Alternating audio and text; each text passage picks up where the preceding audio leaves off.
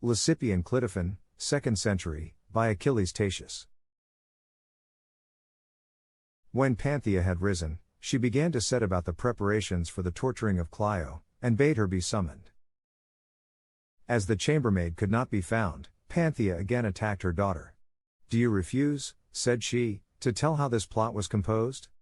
Now Clio too has fled." On this Leucippe gained still greater courage, saying, "What more can I tell you? What more valid proof can I bring that I am speaking the truth? If there be any test of virginity, apply it to me." "Yes," said Panthea, "that was the one thing lacking, that our disgrace should be publicly known to others too." As she said this, she flounced out of the room. Leucippe, left alone to ponder on her mother's words, was a prey to various differing emotions, grief, shame, and anger. She was grieved at having been found out, she was ashamed because of the reproaches which had been cast upon her, and she was angry because her mother would not believe her. It so happened that just at that moment I sent Satyrus to her to see if she were prepared to run away with us. "I implore you," said she to Satyrus, "in the name of our country gods and all there are in the world, take me away, wherever you like, out of my mother's sight.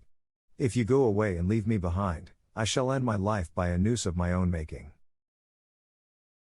When I heard of her words, I felt that the greater part of my anxiety was gone. We waited a couple of days, while my father was still away, and began to make our preparations for flight. A carriage was waiting in readiness for us outside the gates, due to the forethought of Cleinias, and he himself got into it and waited there for us. When everybody was asleep, at about the first watch of the night, we went out without a sound, Satyrus leading Leucippe by the hand. Fortunately Canops, who was in constant ambush for us, was away on that particular day on some business for his mistress.